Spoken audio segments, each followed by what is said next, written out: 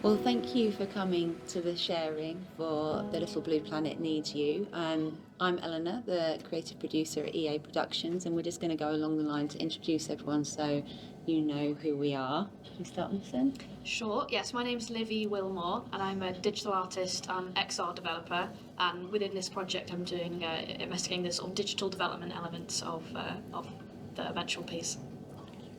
I'm Gareth Eckley. I'm the sound designer, just contributing in any way with development of sound or music. I'm Chloe Wynn. I'm a set and costume designer, and I've been working on the set for this. I'm Vicky Fleming. I'm a creative producer helping Eleanor. I'm Jacob Maguire, bilingual actor, script translator. So this is the book, The Little Blue Planet Needs You, by Frances Bella, and it's a book that is aimed at preschool children up to the age of 7, and it presents environmental issues in a palatable and accessible way to that age group. You're more than welcome to have a flick through it rather than me read it to you if you'd like to after we've done the full presentation. But how we've broken it down is into the rules of the game. So with immersive work, the audience members are participants rather than audience members. So I like to break it down into the rules of the game for them. So they interact, they discover, and they uncover things within the space. So the space itself is just as important as every other aspect. It's like a player in the piece.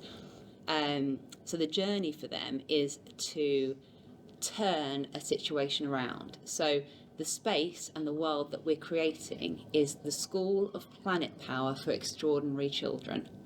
And their objective and their journey is to turn the school around because things have gone sour in the world. So the role of the participants is that they are new pupils and they're going on their orientation of their new school. The mission for the piece is that they leave motivated and inspired by what they have learned.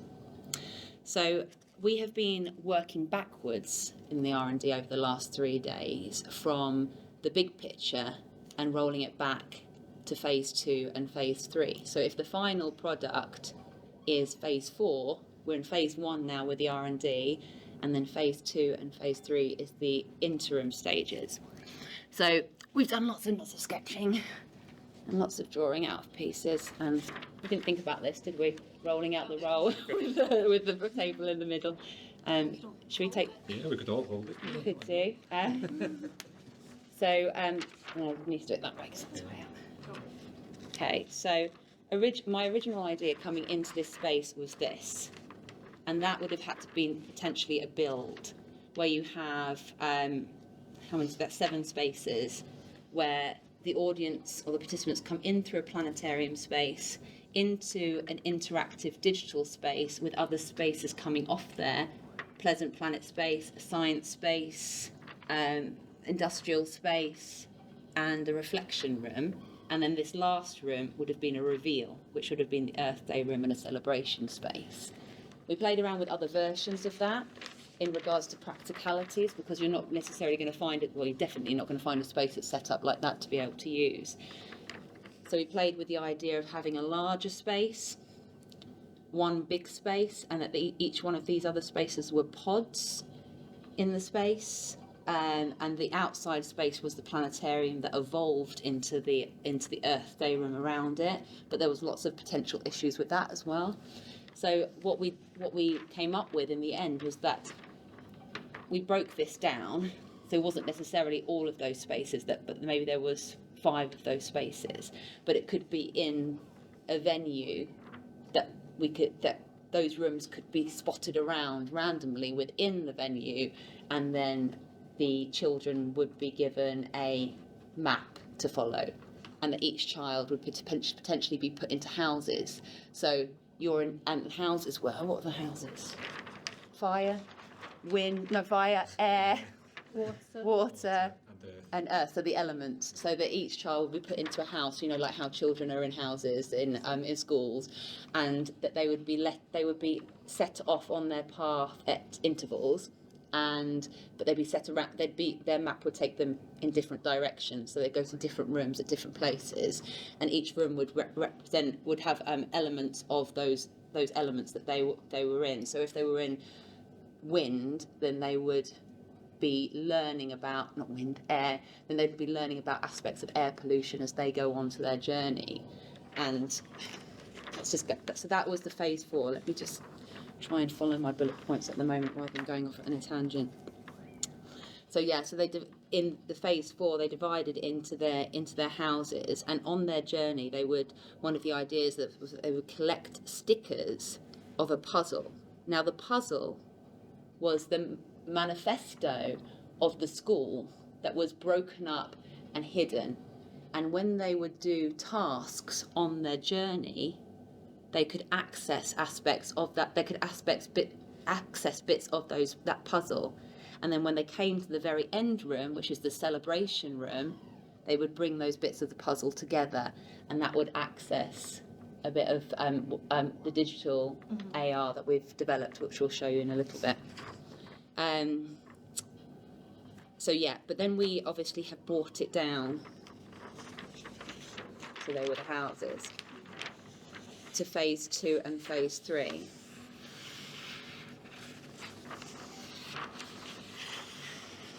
So yeah, just keep it to there. So phase 2 and phase 3 could be done in either a single space or 2 adjoining rooms. So phase 2 would be in one space, and in that space that would inhabit both the industrial room, and the other room, or the other half of the space, would be the Pleasant Planet or the science space. Now in this smaller scale version, there would be we would rely quite heavily on sound, light and lighting states to create both the industrial space and the Pleasant Planet / science room. Now, with the one room space, a great suggestion from Vicky was about using plastic that was coming down in plastic sheeting, dividing the space, the industrial space, because what would be really good is actually if we talked a bit more about what the industrial space and the plastic space and the other space was. So in the industrial space, it's got like a soundtrack like you're hearing at the moment that Gareth has done. So lots of digital aspects, lots of mechanical aspects, lots of industrial sounds as well. So we were discussing the possibility of having lots of plastic piling up to where it's suffocating. The walls are covered with wires and TV screens, and there's Instagram lives going on and newsreels and sounds of the digital world that we're used to, you know, like static sounds and notification sounds and lots, and it's sort of almost overwhelming in that space.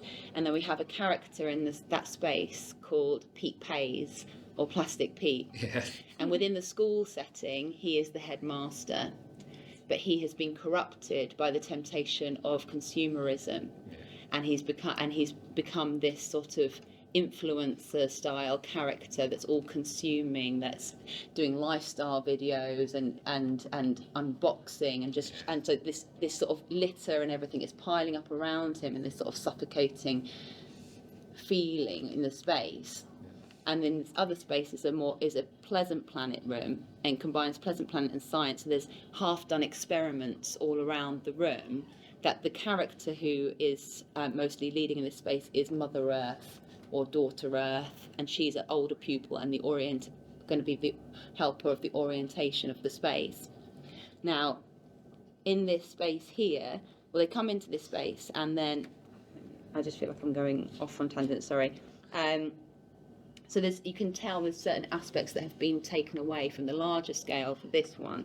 So like the houses have been taken out, the maps have been taken out, the numerous rooms have been taken out, and some of the projection elements that have been taken out from that as well, which Livy will talk a little bit more about, because one of the ideas for the final space was this beautiful cityscape, futuristic cityscape. So it's not saying that development is negative. Development is good if we develop in the right direction.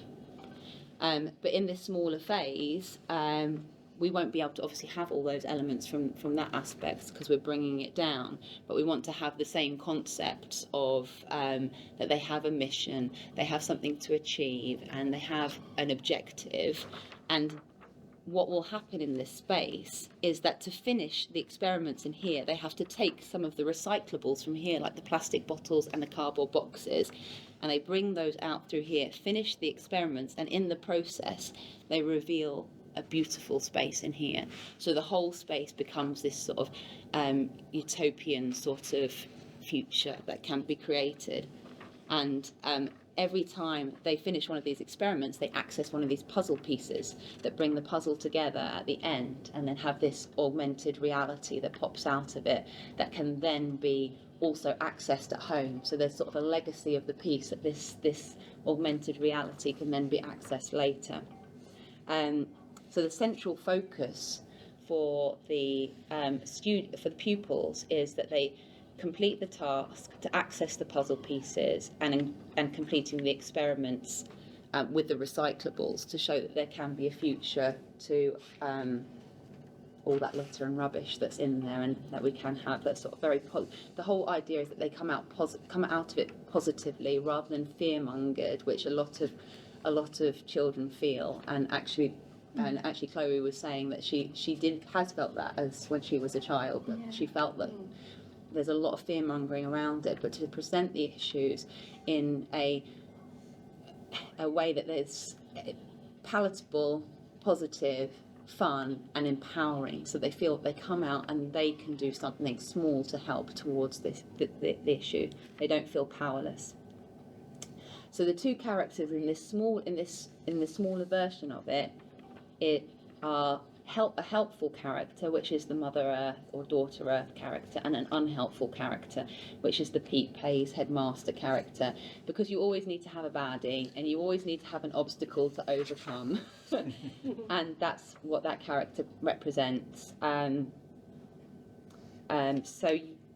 that's that he was tempted by consumerism. So what we'll tell you a little bit more now about is the puzzle. And the puzzle that is part of the mission. So the puzzle is central to the activity that will be taking place in the space, and we've got a demonstration of that puzzle here. So the puzzle pieces would be scattered around the space, and this is we thought it was like the mascot potentially of the school, because the school was founded on environmental concerns, and which is why it's called the School for Planet Power for Extraordinary Children. But this has been shattered and scattered, and as a result, their mission is to find these puzzle pieces. Well, I say their mission, but what we said is that we wouldn't make it really explicit at the beginning, because what would happen, and from experience we know, is that would be their main focus, and that all they'd be thinking about is puzzle pieces and not absorbing everything else. But part of the experience that makes it richer is that when they succeed with completing an experiment or a project in this space, their reward will be a puzzle piece, and they won't even necessarily know what that puzzle piece is for until the very end. Because Pete Pays is the headmaster, what's happened is that not only has this been shattered and so the manifesto has been shattered, but the whole ethos of the school has started to spiral downwards, and so another part of what they're trying to achieve is to rejuvenate the school and bring it back to where it was originally. And bringing the puzzle together is sort of the finale of the piece. So here is the character of the little blue planet, and this would what's not being shown here is that the idea is that the puzzle pieces that are all together would then create what we've called a target track image. So then the augmented reality experience that the kids could see through the screen would come out of the puzzle pieces, be it huge on a wall, if perhaps the big tactile pieces could be on the wall, or on kind of a big tablet. it would then have this kind of character who you can imagine being sort of animated and sort of thankful that the school's being rejuvenated. It could kind of pop up. You can kind of envision there's puzzles that kind of glowing, and the piece can appear. And then we've got here is the sort of final line of the book, which you can envision being sort of the school's motto or something like that. And it's the eventual mission of the new intake of pupils is that they've helped the older pupil to show that fix how these small changes can help rejuvenate the school and the larger message, of course, helping together with the puzzle pieces. Small changes can make a kind of larger difference instead of the kind of direct metaphor there. But that's the idea of the AR element of it. We've got a few other sort of techie routes as well, which I'll talk about a little bit more. But that was kind of one of the key fun parts that, as Eleanor said, could be potentially accessed after the fact as well. We were talking about in a larger version of the piece.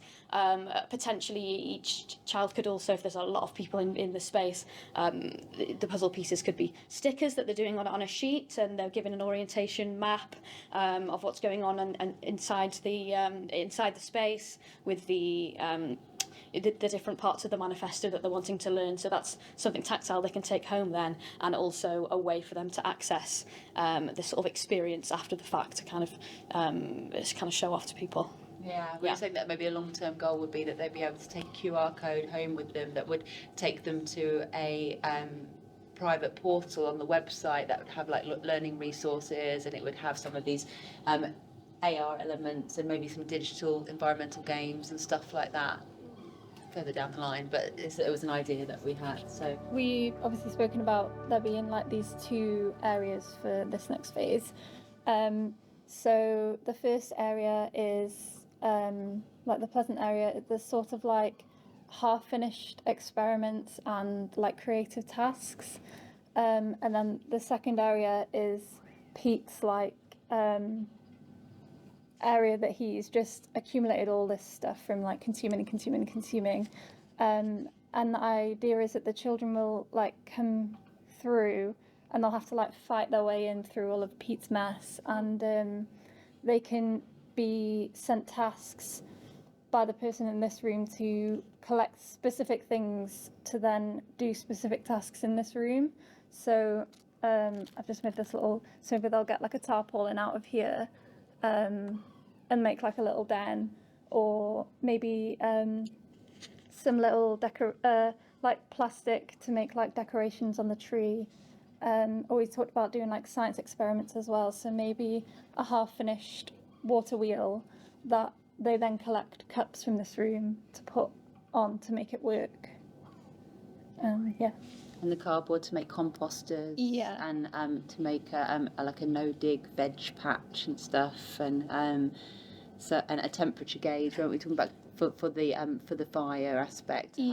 Have like a temperature gauge in the middle, and they find lots of red bottle tops in here and keep putting them in, because something we found in the library readings is that the children really love the task to find hidden bottles around the library, find them and put them into a recycling bin. That they really enjoyed that. So that was sort of part of the thought process of this bit as well.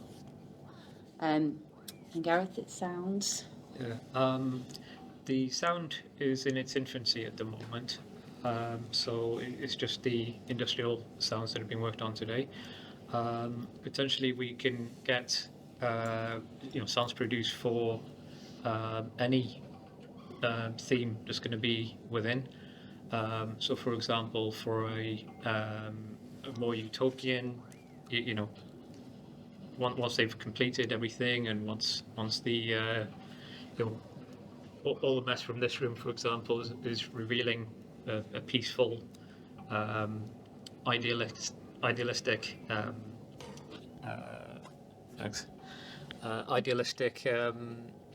environment underneath, we can have a more sort of relaxing, calm soundtrack to go with that. Yeah. Yeah, That's going to think. yeah, that's actually an interesting point, because I think something we haven't emphasised that much yet is that when everything is taken out of this room, like under there could be grass, or there could be plants underneath there, or some of the rubbish that's still in there could be transformed into to trees or nature or rainbows or various other things. So depending on the space that we use eventually, it would be nice to for it to be possible for this middle divider to maybe come out of the way, so it becomes one big sort of utopian space where the puzzle pieces come together, and then the augmented reality pops up, and that's sort of well done, you've done a good job, thank you for helping the planet. So the idea with the sound, as well as any other sensory elements, is to reinforce the narrative. You know, the actual acting and the story underneath. Great, perfect, thank you. And we also worked yesterday on one of the videos with Iago, with his character. So that was because his character he's an influencer. He's consuming online and just. Well, the baddie, not a very nice guy, Yeah, really. very greedy guy, no regard for the environment, no regard for anything really, you know. So We create, cause in this space we'd like to have lots of screens up, as I was saying, with like Instagram lives going off, YouTube channels, YouTube videos and other various bits and pieces. We did a mock-up of one of those, which we can show you. Yeah, it's probably worth mentioning as well that the other character in this speech would be the anti of so the which could be combined to the kind of initial Mother Earth character, who's the sort of underdog other student who's wanting just telling the kids about how the school really needs to be turned around. So when we kind of came up with this concept originally, which is developed slightly, but it's in the same sort of route, is that she would be the one who's anti what he's putting out, and so she's making videos commenting on his ones, basically. So OMG, can you believe this guy?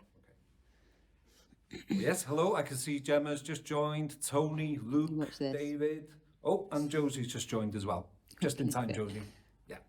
Hello, and welcome, my beautiful people. Welcome back to me and my world.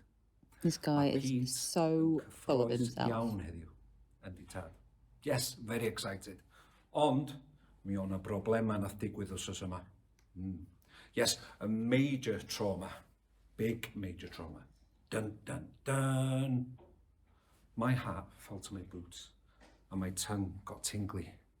A mi nath fy mywyd I fflachio heibio fy llgada.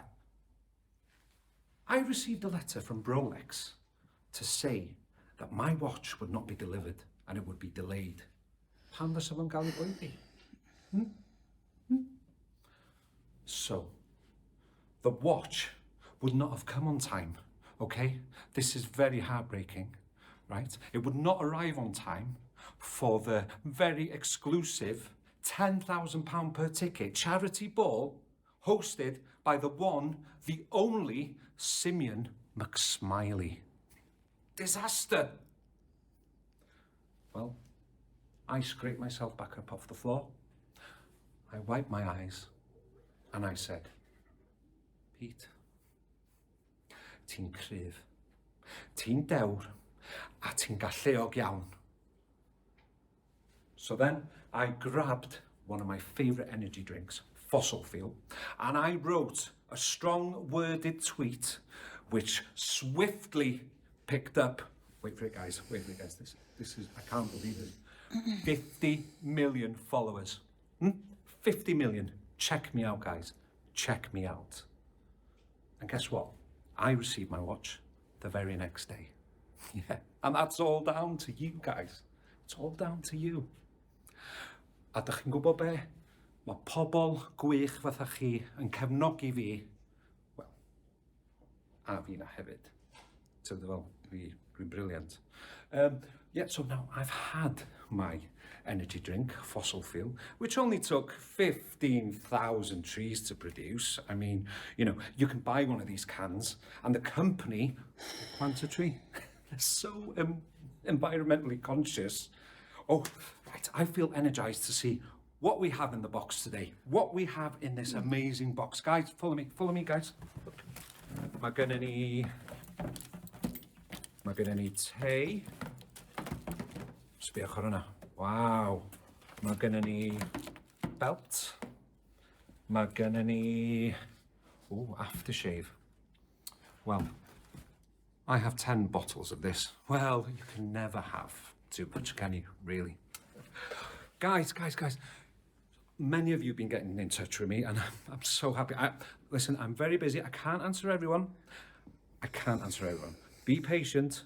Maybe a year down the line, you'll get to message me, okay? So it's very popular at the moment. Let's go. Let's have this message from... Oh, Sharon o Abertawe. Oh, Who Pete can love pays this guy, brutality. honestly? Sharon, What are you thinking? I love it. Big shout out to Barry from Bangor who says, Pete, dwi'n meddwl bo chdi'n dyn a fi.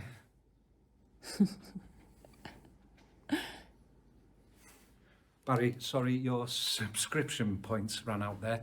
You didn't have enough, sorry. But do we think that Barry needs an energy bar? Needs a bit of energy to pick him up a little? Yeah, we feel for Barry. Yeah. So Barry, have a Mercury energy bar. Yes, to Barry make from yourself feel Bangor. better. As all of my friends in the private members club eat them. Yes, they do. Hang on, we've got another one coming in. Yes, we've got... God, this guy loves Maggie the from sound of his own voice. What a lovely message, Maggie. Beautiful message, yes. So, Penblwydd hapus I ti, Penblwydd hapus I ti, Penblwydd hapus I Maggie. Have a Mercury bar on me. Right then, guys. I need to set the tone, you know. There's a very sad tone. If you just give me a moment. Okay. Right, let me tell you, we've done something amazing. I've flown out on a private jet, all expenses paid by Mercury Bar, to go to a shanty town. Okay, listen guys, a shanty town is a place for poor people, children without shoes. And guess what we've done? Guys, honestly, this is the best thing we've ever done. We've given away 25 free boxes of Mercury Bar to these children. What is he going to go on about now? Wait for it. Absolutely free. Free. They didn't have to pay a penny, okay? So we've given them. They look so happy, and we're just going to go stratospheric with this, okay? Stratospheric. Now, at the end of the day, guys, I'm working in conjunction with Mercury, and all I want to say is we keep on giving back. We keep on giving back. And that's the key thing here. Always be kind, guys. Always be kind. In our hearts, in our minds, always be kind. Okay? And cryf gyda'n gilydd, yma o hyd for the poor people. Ooh, there's the postman. More deliveries.